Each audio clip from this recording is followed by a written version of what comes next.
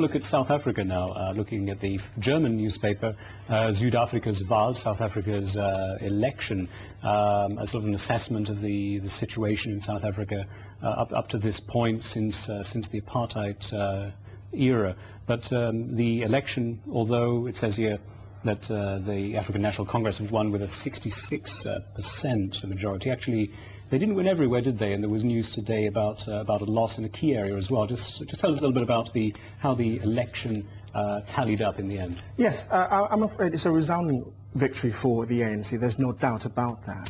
However, they did not actually reach that two-thirds majority that they crucially needed. And it's so important that they did, because it would have allowed them to be able to change the constitution and bring about a lot of regulations which would have benefited the party.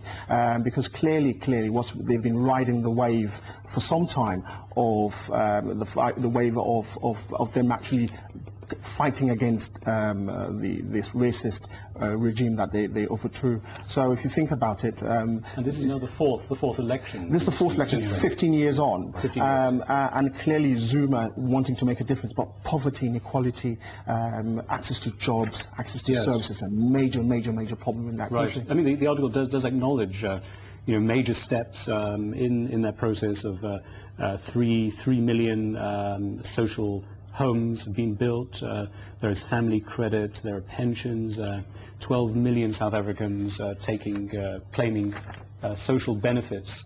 I mean, there has been significant progress. There has been. I mean, 15 years ago, not a single black soul would have thought about getting all those benefits. Clearly, apartheid would never have benefited them in that fashion. So the ANC has moved miles ahead of the game. But in saying that, the new group, which is called the Democratic Alliance, who won the Western Cape quite significantly, are clearly the new challengers. And if the ANC doesn't get its act together, clearly the Democratic Alliance and others would slowly eat into that margin of victory that clearly they've shown this time around. Yes. But can we really compare what's happening today with what was before the apartheid being demolished? I mean, these are two different generations, let's put it, and we should not compare it to that date. We were supposed to have more to the poor people of South Africa than we already have. The ANC had a majority for a long time.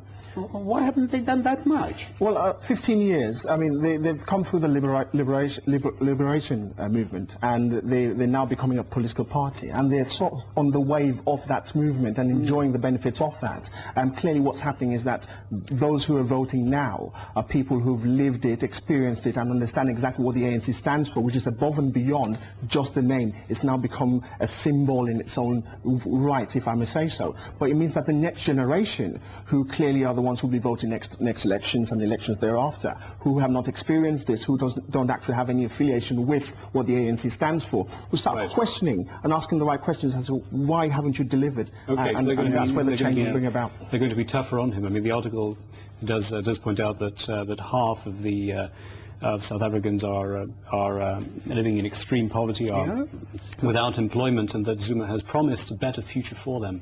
How much time are they going to give him? But they will have to give him to deliver. Well, he's got the mandate of the full 5 years. But I think he's clearly a very charismatic man, a man who claims to understand what the people are all about, and he tries to give that perspective. He speaks to his people in the fashion that they understand, and clearly he's been able to galvanize the people around him, but in saying that he doesn't have any more formal education, and that will come to bite him. And if you think about it, he's actually had a lot of problems around corruption, issues around his Please go. My comments on that is, it seems every time there is a big change, which there was a big change in when the party had gone, there's always comes the new junta or a new group of corruption and etc. Even within the ANC, and there is no. When we look at him, Zuma, I think it's always been his name identified with corruption, and he was just about to lose his case in court, but maybe he became the leader. It affected the issue. I think these are issues which will always be there And I believe they were the reason. There's an article here, I just want to draw your attention to it. It's in the Australian today, arguing that Zuma has had a very bad press without good reason. I mean, he was acquitted in the end of this, of the rape case, of course. I mean, do you think that he has had an unfair press? And if so, can he overcome it, in the world's opinion? I've always seen him as the comeback kid. Clearly, when he was sacked by Thabo Mbeki for becoming the deputy president of the ANC, he was very upset. I thought he'd never come back. When his judgment was brought into question when he went and had a relationship with a lady who was known to have HIV, and the slackness in his tone when he said in court that he'd had a shower thereafter, and that had washed away the disease and the virus. And I question his mindset, his ability, but in saying that he's a fighter. He's shown that he can fight against Thabo Mbeki. He fought. He brought into question Thabo Mbeki's regime, and of course he lost his job when he lost the vote of no confidence. And clearly he's shown that he can fight and rise up. The question is, he doesn't have any policies of his own.